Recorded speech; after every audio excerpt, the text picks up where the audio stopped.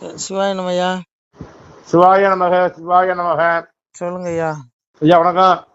வணக்கம் ஐயா. திருச்சிட்டம்பலம்.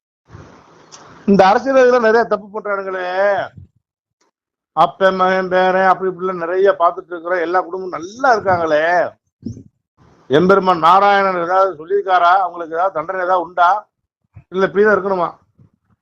அரசியல்வாதி மட்டும் இல்ல, எல்லா பயிலும் தான் தப்பு பண்றான். அரசியல்வாதி மட்டும் அயோக்கியம், இதெல்லாம் யோக்கியம் அப்படிலாம் சொல்லக்கூடாது. தப்பு அதாவது பொது மண்டலத்தோர் செய்த பாவம் மன்னனை சேரும், திண்டிர மன்னன் செய்த பாவம் மக்களை சேருங்கிறான். இதுதான் சாஸ்திரம்.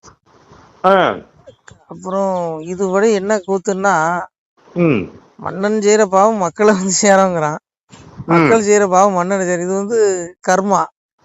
இதுல வந்து அரசியல்வாதிகளுக்கு மக்களுக்கு ஒரு சவுக்கடின்னா கடவுள் இடத்துல அரசியல்வாதிகளுக்கு ஒரு 100 சவுக்கடின்னு வச்சுக்கோங்க, அந்த மாதிரி தண்டனை கிடைக்கும். தப்ப முடியாது.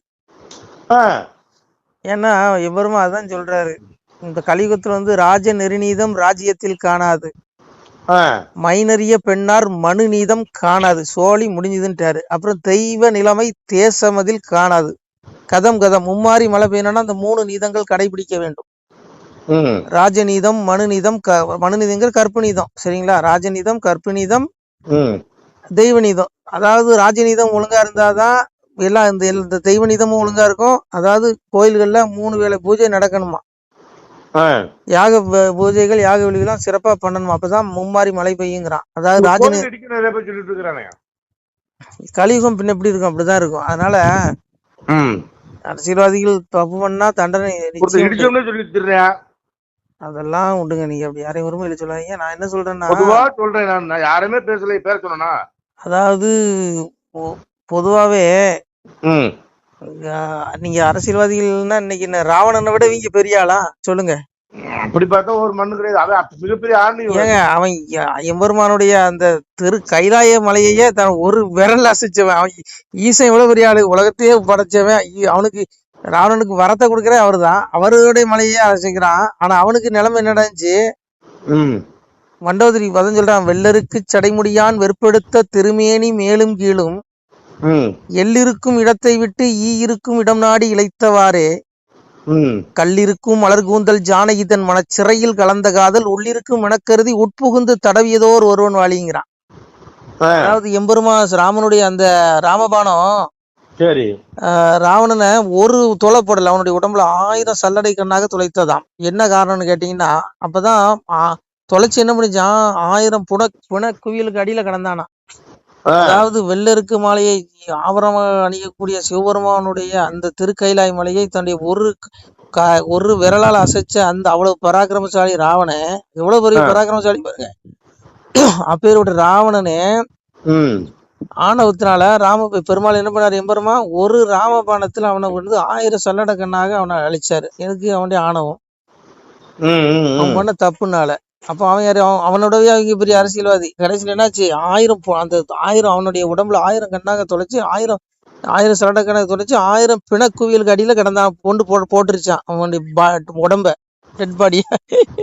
அப்போ மண்டோதரி வந்து தேடி பாக்குறா ராமனுடைய உடலை வந்து 1000 பிணக்குவியலுக்குள்ள இடையில கடந்திருக்கான். அப்பதான் எடுத்து வச்சுட்டு சொல்றாளாம், ஏ ராமா, எதற்கு நீ இப்படி 1000 கண்ணாக ராவணன் என்னுடைய கணவனுடைய உடம்பு தொலைச்சான்னு கேட்கும் பொழுது எம்பெருமான் சொன்னாராம், அதாவது அன்னை சீதாதேவியோட எண்ணம் இவனுடைய உடம்புல எந்த இடத்துலயும் இருக்கக்கூடாது அப்படிங்கறதுக்காக 1000 ஜல்லட கண்ணாக தொலைச்சேன் அப்படின்னு சொன்னாராம். ராமபானம் தொலைச்சதா சொல்றேன். அப்ப இவங்க என்ன, ராமனை விட மன்னிக்கணும், ராவணனை விட இவங்க பெரிய பராக்கிரமசாலியா? அவன் 3 லோகத்தை ஆண்டிருக்கான். இவங்க வெறும் கேவலம் ஒரு என்னத்த சொல்ல, ஒரு ஒரு சின்ன பதவி கிடைச்சால இவங்கள கையில பிடிக்க முடியல, அவ்வளவு பெரிய ஆணவத்துல அலையிறாங்க.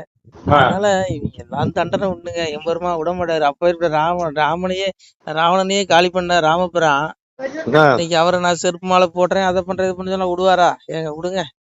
அதனால அரசியல்வாதி இல்லைங்க, நீங்களும் நானும் சரி, யாரு தப்பானாலும் தண்டனை உண்டு. இறை தண்டனைன்னு ஒண்ணு இருக்கு, அது ஆத்மாவுக்கு கிடைக்கும், உடலுக்கு கிடையாது. உடலுக்கு வந்து பூலோக தண்டனை தான், அது ஆத்ம தண்டனை ரொம்ப நரக வேதனை. அதனால அதை விடுங்க, அது தண்டனை யாரும் தப்ப முடியாது. நன்றி, நமசிவாய். வணக்கம் இந்து சொந்தங்களே. திருநெல்வேலி மாவட்டம் நாங்குநேரி தாலுகா ஆண்டார்குளம் கிராமத்திலேருந்து நாங்கள் பேசுகிறோம். இது வந்து ஒரு ஃபேமஸான சிவன் கோயில். இந்த சிவன் கோயில் வந்து ஒரு காட்டுப்பகுதிக்குள்ளே இருக்குது.